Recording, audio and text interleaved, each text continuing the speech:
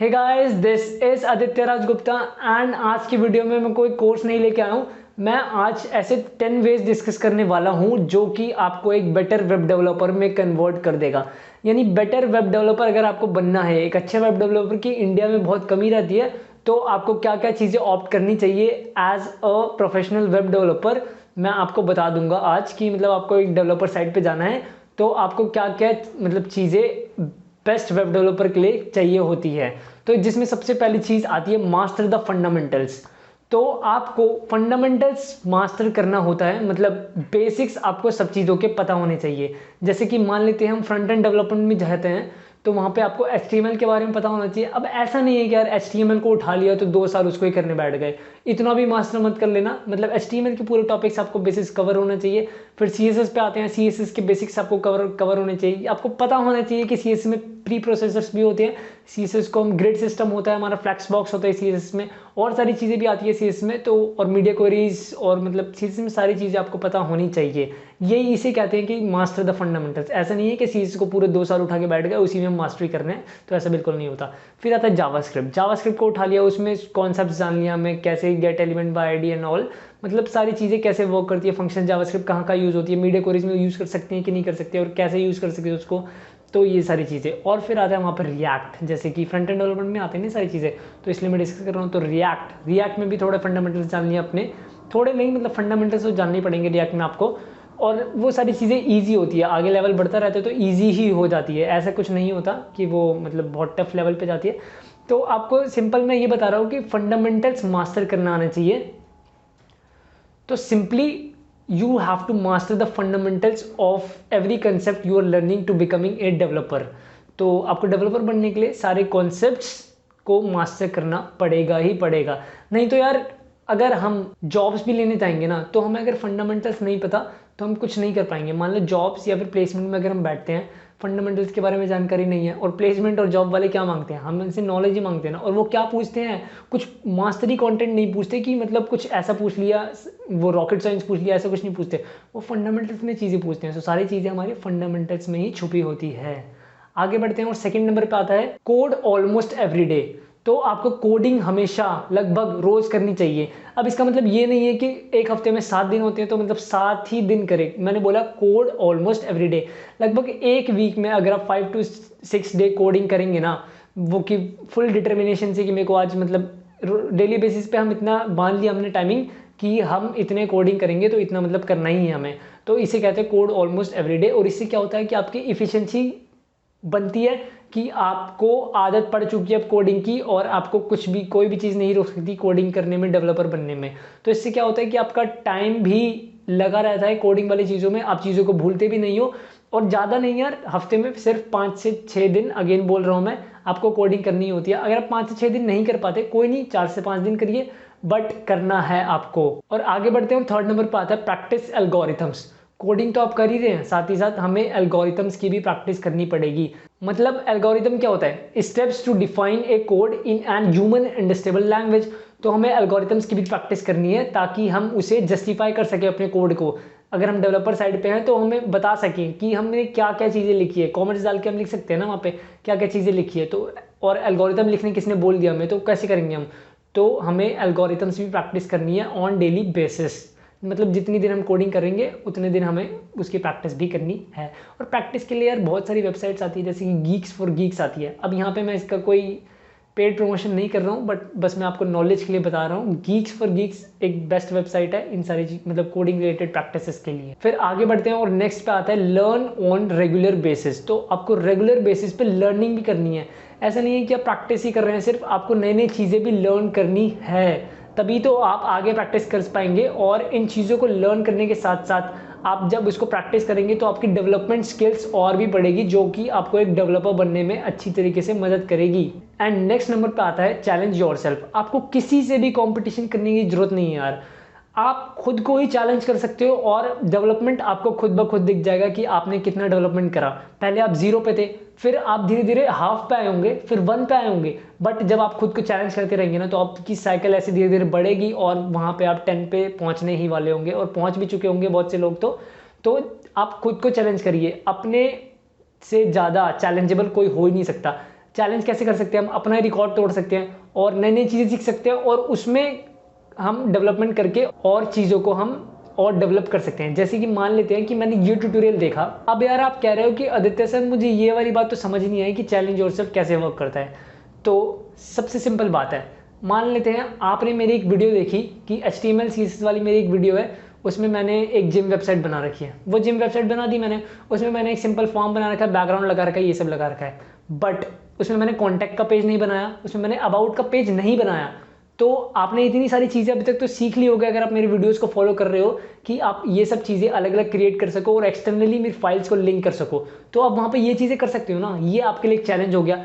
अगर नहीं, फिर भी आपको ये सारी चीज़ें नहीं करनी है तो आप इंटरनेट से डेमो टेम्पलेट्स उठाओ, वहाँ पर फ्री में डेमो टेम्पलेट्स आपको इंटरनेट पर मिल जाते हैं और उन चीज़ों को डिज़ाइन करना सीखो अगर आप वेबसाइट डेवलपमेंट फील्ड में हो तो। नहीं तो प्रोग्रामिंग में भी बहुत सारे चैलेंजेस आते हैं, इंटरनेट पर टाइप करके लिख दो चैलेंजेस फॉर प्रोग्रामिंग, मतलब जो भी आपका टॉपिक है, अरेज उठा लो, लिंक लिस्ट उठा लो, कुछ भी उठा लो, तो आपको चैलेंजेस मिल जाएंगे और आपको अपने आप ही चैलेंज करना है। कि मैंने पिछली बार ये वाला चैलेंज पूरा करा था, मतलब ये सारी चीज़ें करी थी, डेवलपमेंट साइड की बात कर रहा हूँ मैं, डेवलपमेंट तो करना ही करना है, बट अब मुझे इसमें कुछ अपडेट करके ये वाली चीज़ बनानी है और देखना है कि ये बनती है कि नहीं बनती। और मान लेते हैं कि आपकी ये चीज़ें नहीं बन रही, बट आपने वहाँ पे प्रैक्टिस तो की ना, आपने अपना दिमाग लगाया वहाँ पे, और इससे क्या हुआ कि आपकी डेवलपमेंट स्किल्स जागी और इससे क्या हुआ, आप मतलब एक बेटर डेवलपर की ओर बढ़ रहे हैं। इसका मतलब यही होता है। तो अपने आप को चैलेंज करना ना भूले। 6 नंबर पे आता है एंगेज विथ अदर डेवलपर्स। वैसे तो अभी सब घर में ही है, मतलब पैंडेमिक का टाइम ही चल रहा था अभी, बट आपको अदर डेवलपर्स के साथ एंगेज करना जरूरी है। बहुत सारे ग्रुप्स आते हैं यार इंटरनेट पे कि मतलब डेवलपर्स कम्युनिटी हो गई, बहुत सारे ग्रुप्स होते हैं, मैं नाम नहीं लेना चाहता यहाँ पे, आप उनको ज्वाइन करिए। जैसे कि एक स्लैक करके आता है, अगेन मैं पेड प्रमोशन नहीं कर रहा हूँ किसी भी चीज़ का, किसी भी कंपनी का यहाँ पे। तो वहाँ पे आप डेवलपर के लिए ग्रुप ज्वाइन कर सकते हैं, फिर वहाँ पे आप बातचीत कर सकते हैं। वहाँ पे एक गिटहब भी अपना एक बहुत अच्छा डेवलपर कम्युनिटी है, तो हम वहाँ पे भी जाके बहुत सारे डेवलपर्स के साथ बात कर सकते हैं, मतलब कॉन्वर्सेशन कर सकते हैं, हम काम कर सकते हैं, टीम स्टार्ट कर सकते हैं अपनी एक वहाँ पे। और अगर आप कॉलेज में हैं तो वहाँ पे भी आपके कॉलेज में डेफिनेटली डेवलपर तो होंगे ही, तो आप उनसे भी बात करके अपनी टीम स्टार्ट कर सकते हैं, मतलब एक प्रोजेक्ट पे आप आसानी से वर्क कर सकते हैं। इससे क्या होता है, क्यों मैंने बोला कि डेवलपर्स के साथ हमें एंगेज करना चाहिए, क्योंकि आप अपने आप को अगर सोच रहे होंगे एक टाइम के लिए कि मेरा दिमाग इतना चलता है, वाह मैं तो चैलेंज अपने आप को कर रहा हूँ, ये सारी चीज़ें भी मैं कर ली और मैं अपने आप का चैलेंज रिकॉर्ड ब्रेक कर पा रहा हूँ, मैंने ये सारी चीज़ें अपडेट कर दी, मैंने इतनी सारी चीज़ें बना ली। बट जब आप दूसरे दिमाग के इंसान से मिलेंगे, दूसरे डेवलपर के दिमाग के साथ आप जब का इंटरेक्शन होगा ना जब आपका, तो आपको पता चलेगा हाँ यार मैं इस पॉइंट ऑफ व्यू पे तो गलत था, ये हटा के मैं यहाँ पे ये अपडेट करूँगा तो ये ज़्यादा अच्छे अमाउंट में, मतलब अच्छा आउटपुट देगा मुझे। तो ऐसा होता है यार, मैंने भी ऐसा एनालाइज करा है और मैंने भी देखा है कि मतलब जब हम और डेवलपर के साथ इंटरेक्ट करते हैं तो हमें वहाँ पे और पॉजिटिव आइडियाज़ ही आते हैं, ऐसा नहीं है कि नेगेटिव आइडियाज़ आए, हमें वहाँ पे पॉजिटिव आइडियाज़ ही आते हैं। तो इसलिए आपको और डेवलपर के साथ मिलना जुलना है और अपनी कम्युनिटी कनेक्शंस बढ़ाने हैं। 7th नंबर पे आता है learn and right clean code, and this is the most important thing कि आपको एक क्लीन कोड लिखना आना चाहिए।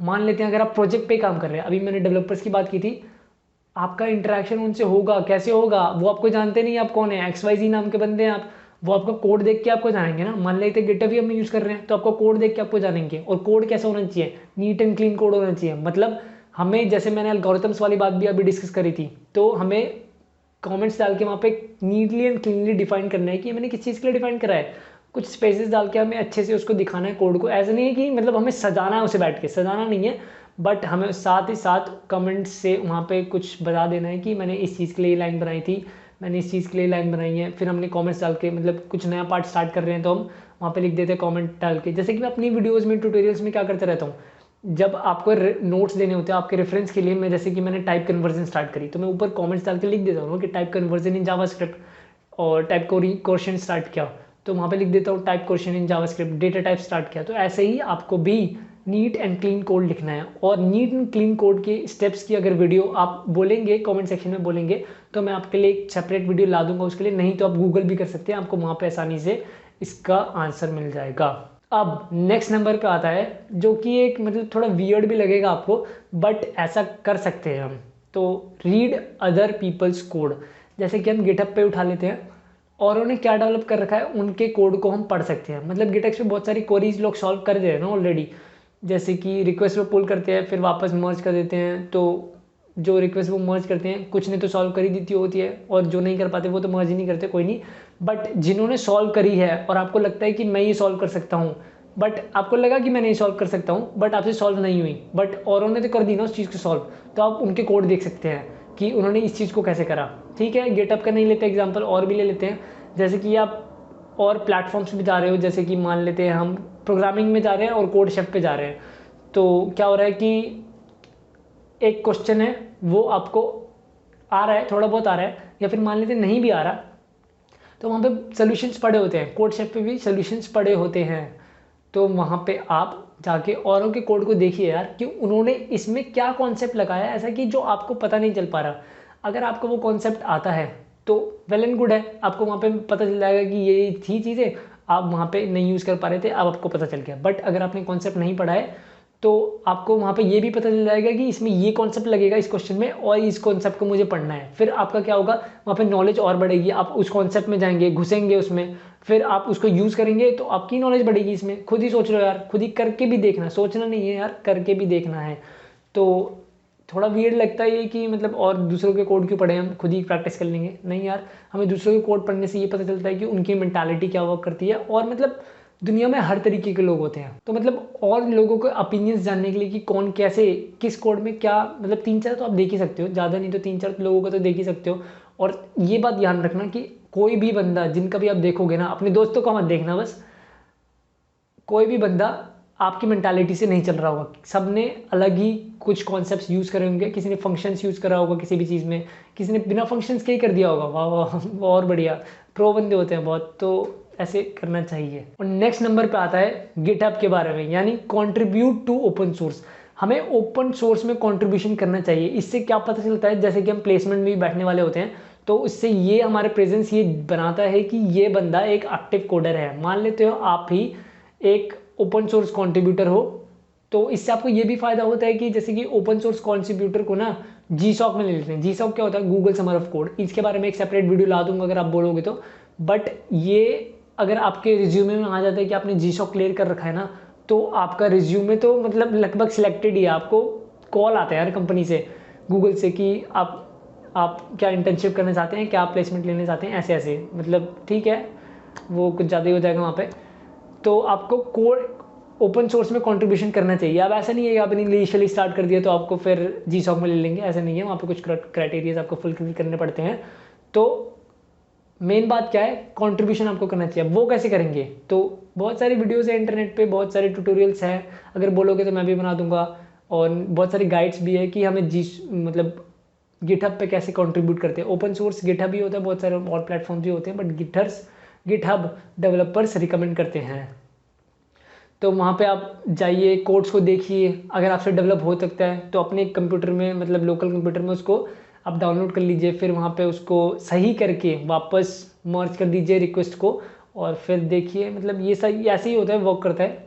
तो आप उसको देख सकते हैं इंटरनेट पे। And last but not the least, that is 10th, choose the path and stick to that path. तो इसका मतलब क्या है यार, एक पथ डिफाइन करो यार पहले कि आपको क्या करना है। ऐसा नहीं है कि आप प्रोग्रामिंग भी कर रहे हो, आप डेवलपमेंट भी कर रहे हो। मैं ऐसा नहीं कह रहा कि ये कर नहीं सकते, बिल्कुल कर सकते हो यार।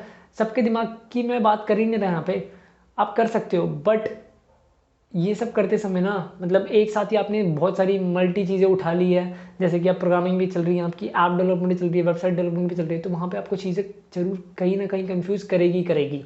तो आपको जैसे कि एक फील्ड उठा लो, जैसे कि आपने एप्लीकेशन डेवलपमेंट उठा लिया, फिर उसमें थोड़ा आगे गए, बेसिक्स जाने, फंडामेंटल जाने, एल्गोरिथम्स के बारे में जाने, ओपन सोर्स कंट्रीब्यूशन करा, उसमें सारी चीज़ें करी।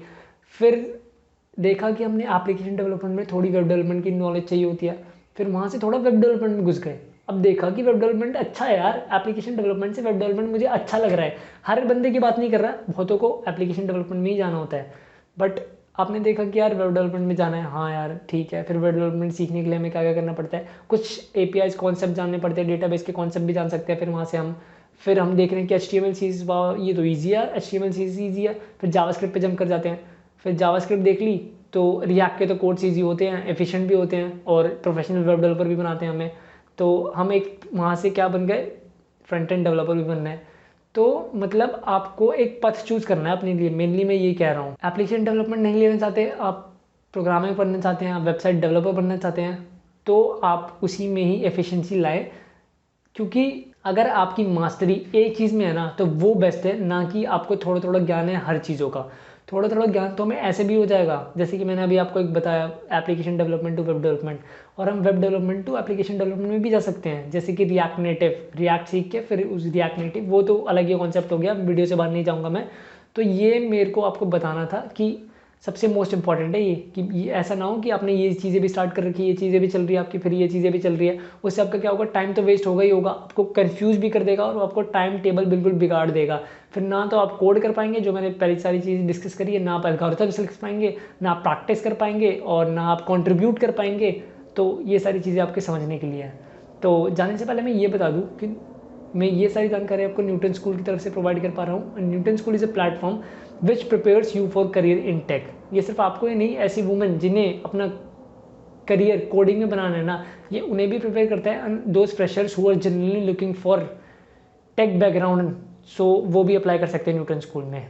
और न्यूटन स्कूल जरूर इंश्योर करता है कि आप बेस्ट टू बेस्ट कंपनी में प्लेस्ड हो। And it has a tie up more than 300 companies like Google, Xiaomis and all.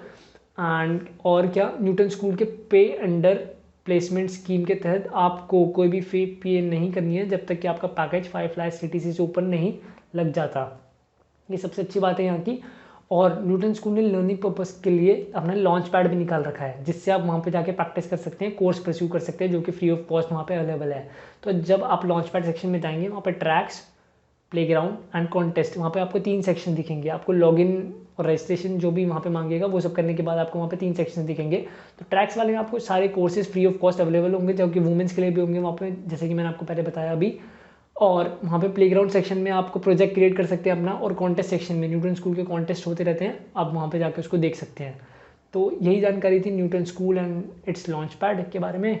और जो मैंने आपको बताया कि 10 ways to be better web developer, वो आपको ध्यान रखने हैं अगर आपको एक वेब डेवलपर बनना है, अपने अंदर प्रोफिशिएंसी लानी है डेवलपर फील्ड में। तो इस वीडियो के लिए इतना ही, तब तक के लिए कोड करते रहो, पढ़ते रहो, बाय बाय।